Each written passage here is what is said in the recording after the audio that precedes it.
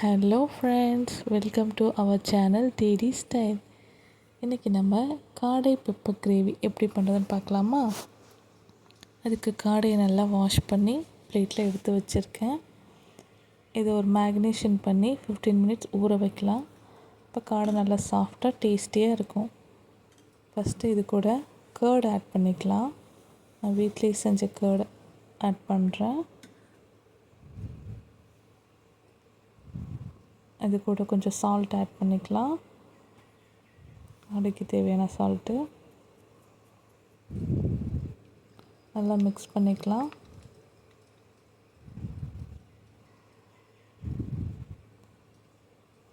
அப்புறம் 1/2 teaspoon chilli powder சேர்த்துக்கலாம். இதையும் மிக்ஸ் பண்ணிவிட்டு 1/2 teaspoon ginger garlic paste add பண்ணிவிட்டு அதையும் மிக்ஸ் பண்ணிக்கிறேன். இதுக்கு ஒரு மசாலா ரெடி பண்ணணும். அதுக்கு தேவையானது தனியா,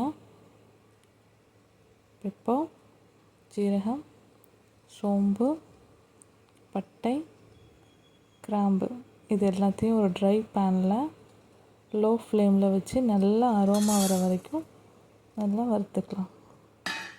இது கலர்லாம் சேஞ்ச் ஆகி நல்லா அரோமா வந்ததும் நல்ல ஒரு பேஸ்ட்டாக அரைச்சி வச்சுக்கலாம்.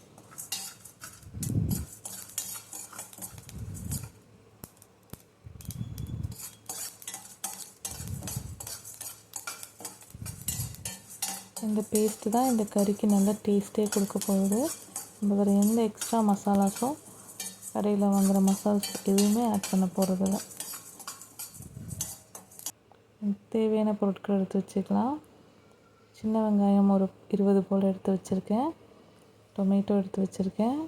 பேஸ்ட் எடுத்து வச்சுருக்கேன். ஜிஞ்சர் கார்லிக் பேஸ்ட் எடுத்து வச்சுருக்கேன். அப்புறம் 2 கப் ஆஃப் கோகோனட் மில்க் எடுத்து வச்சுருக்கேன். கடாய் வச்சுட்டு ஆயில் விட்டுட்டு கொஞ்சமாக சோம்பு போட்டு தம்க்கு பொரிய விடலாம். சோம்பு பொரிஞ்சதும் சின்ன வெங்காயம் சாப்பரில் போட்டு கட் பண்ணி வச்சுருக்கேன், அதை ஆட் பண்ணிக்கலாம்.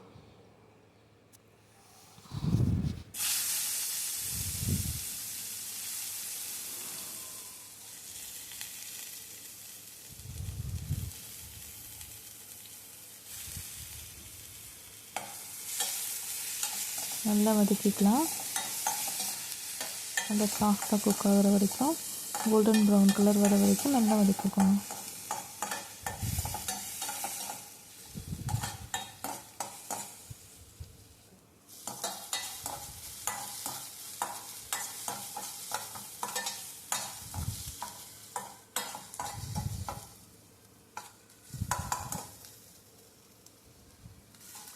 இது கூடவே 2 spoons of ginger garlic paste add பண்ணிக்கலாம்.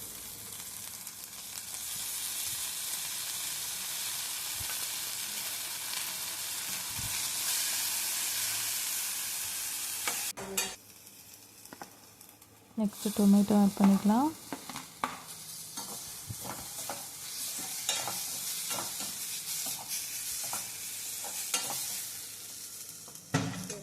டொமேட்டோ நல்லா சாஃப்டாக வெந்து வரதுக்காக கொஞ்சம் சால்ட் ஆட் பண்ணிக்கலாம்.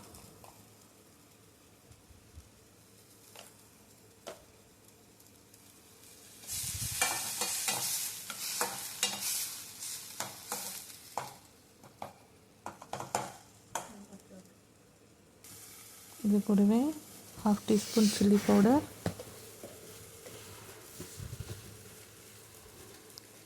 1/2 டீஸ்பூன் தனியா பவுடர், நெக்ஸ்ட் நம்ம அரைச்சி வச்சுருக்கோம்ல பேஸ்ட்டு, அது ஃபுல்லாக சேர்த்துக்கலாம். 2 ஸ்பூன் வருது, ஃபுல்லாக சேர்த்துக்கலாம். இதெல்லாம் ஒரு சேர நல்லா மிக்ஸ் பண்ணி கலந்துக்கலாம். நல்ல ஒரு ஃப்ளேவர் அண்ட் அரோமா வரும்.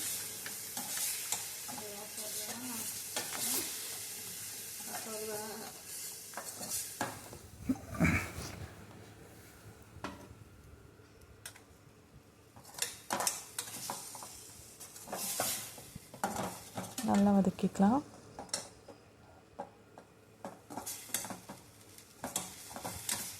ஸ்டவ்வை லோ ஃப்ளேம்லேயே வச்சு வதக்கிக்கிறேன். நீங்கள் மீடியம் டு லோ ஃப்ளேமில் மாற்றி மாற்றி வச்சு வதக்கிக்கலாம். நெக்ஸ்ட்டு இது கூட நம்ம மேக்னேஷன் பண்ணி வச்சுருக்க காடையை சேர்த்துக்கலாம்.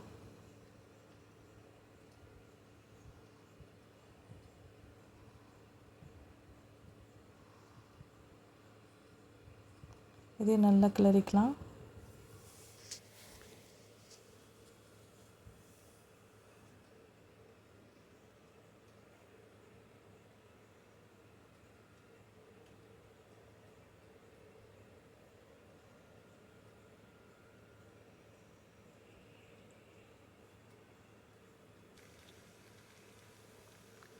காடை நல்லா வதங்கி வந்ததும் தேங்காய் பால் சேர்த்துக்கலாம்.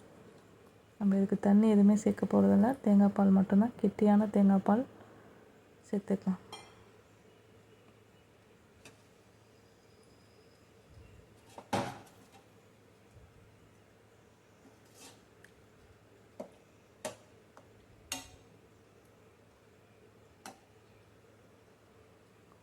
நம்ம ஆல்ரெடி சால்ட் ஆட் பண்ணியிருக்கோம்.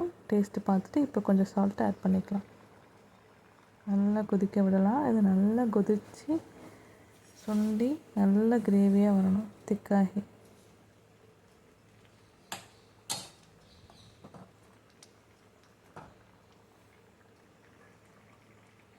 மூடி போட்டு மூடி வச்சுக்கலாம், வேக விடலாம். இந்த மாதிரி கன்சிஸ்டன்சியில் வரணும். இதோடய கூட ஆஃப் பண்ணிக்கலாம். நான் இன்னும் கொஞ்சம் ட்ரை ஆக்க போகிறேன்.